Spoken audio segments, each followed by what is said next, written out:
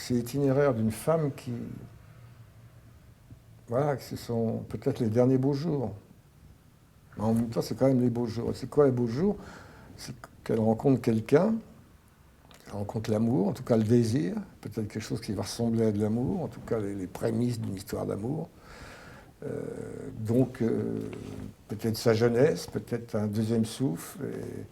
Et le prix à payer, c'est de, évidemment, saccager ce qu'elle a construit avec son mari depuis peut-être 40 ans ou 30 ans.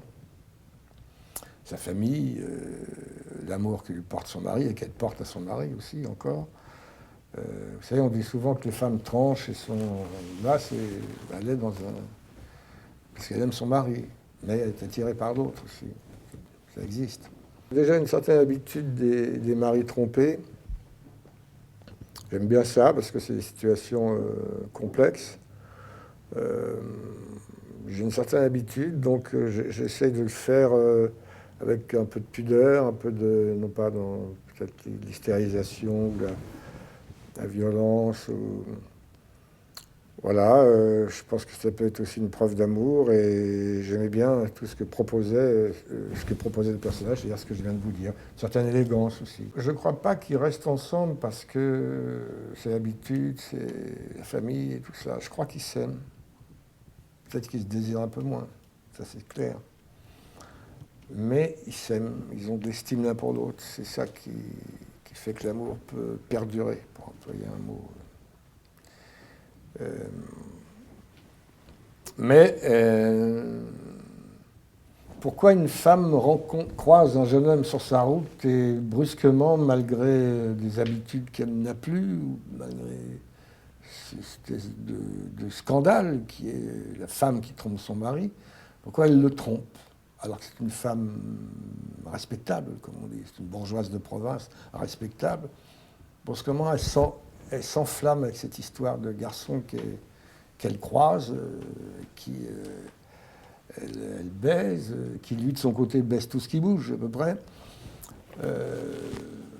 Voilà, et ça forme un couple. C'est un couple nouveau qui existe, qui est marginal, décalé, quoi. Qui est pas...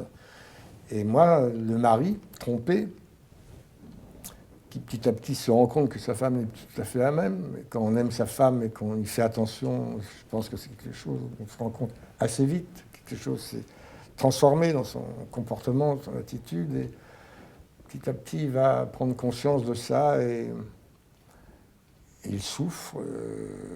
Mais oui, je vous dis, où il va lâcher l'affaire. Il ne va pas se battre, il ne va pas faire le coup de poing, il ne va pas faire le bras de fer.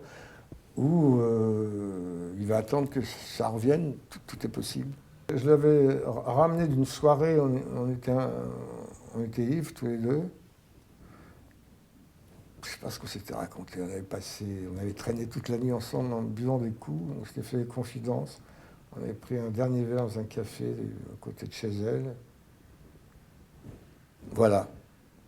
C'était pas très intéressant. Enfin si, c'est ce qu'on s'est dit, je sais pas, c'était marrant, quoi. Voilà, c'était il y a 30 ans. Et là, d'ailleurs, elle s'en souvenait plus.